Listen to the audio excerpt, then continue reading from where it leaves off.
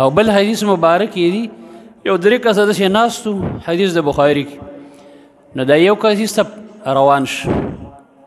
دا بل کس داسې لږ د مجمع ته راجوخ شو او دا بل مخکې لږ شی ځای خالي و هغې ډک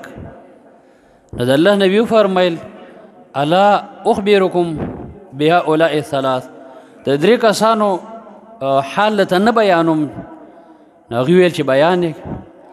نو د الله نبي وفرمیل دا یو چې اما احدهم دا یو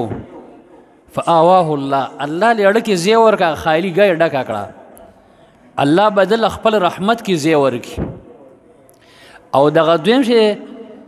نو د حیا وکړه چېرې خلک نه په عذاب موزه داسې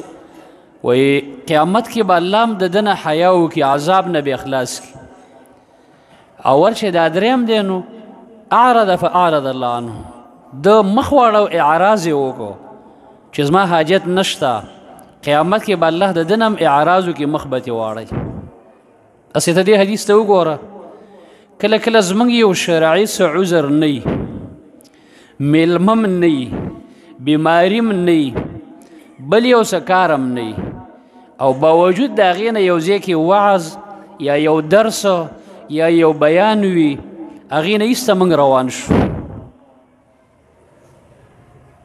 نو ته سوچ وکړه چې همداسې د روان شوې او د قیامت په ورځ د نه رب العالمین اعراض وکړي نو دا څومره لوی تاوان دی څومره لویه د نقصان خبره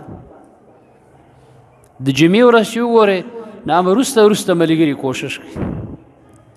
او که چا ورته دعوت کړی یو 12 نیمې شي بیا وایي یاره اوس ناوخته دی او د ناوخته ورتګ باندې ځان هم راته مناسب نه کاري او هسې نه چې خلک په عذاب شي نو ته ګوره چې د خلکو لحاظ په یو کار کې په کار دا دی چې بندګۍ کې هم کله ړکې دا راوله چې یار زه ناوخته ځم هر وخت دا هم د یو تاوان او د نقصان خبره ده